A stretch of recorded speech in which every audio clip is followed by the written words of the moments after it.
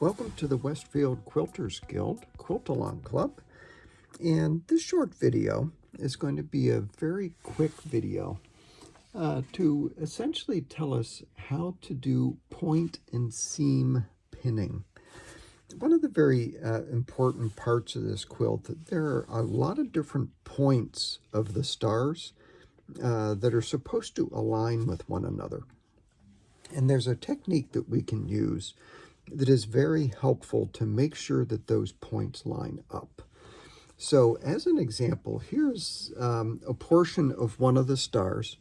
And if you take a look at this particular block, as a portion of the block, you see how this point aligns with that point and how they're lined up and they look like they're touching nicely. And it makes a big difference whenever points line up the way they're supposed to line up. And this technique that we're going to show you today is one that it really creates a very accurate way to make sure those points line up. So what you do is you get your two subunits next to each other that are the ones that are supposed to line up. And what we want is we want this point here to align with this point over here. So with that,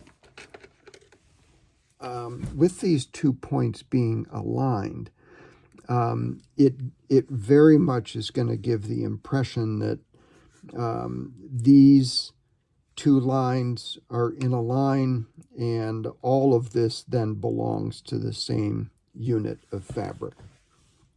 So the way that we go about this is you take one side of this and you flip it over, and you'll notice when you take a look at this piece of fabric, you can see where the stitching is. And if you put a pin right in the corner of where that stitching is, and you push it through, and you look at the other side, you'll notice that that pin is coming through right at the very, very tip or point of this violet fabric. And then what you do is you take this pin that you just pushed through that piece, and you now push it through the very, very point of that purple fabric right there. And you push the pin through both of them, and then you align this top subunit with the bottom subunit, and this pin is sticking right through both pieces of fabric. What you do is you align both pieces of fabric and you hold it nice and snug so that this pin is going vertically right through both pieces of fabric. And once that pin is going vertically through those pieces of fabric, you then pin on one side of this pin like that, and then you pin on the other side of that pin like that. So we now have 2 pins around this pin that's vertical, and these 2 pins are now holding the top fabric with the bottom fabric.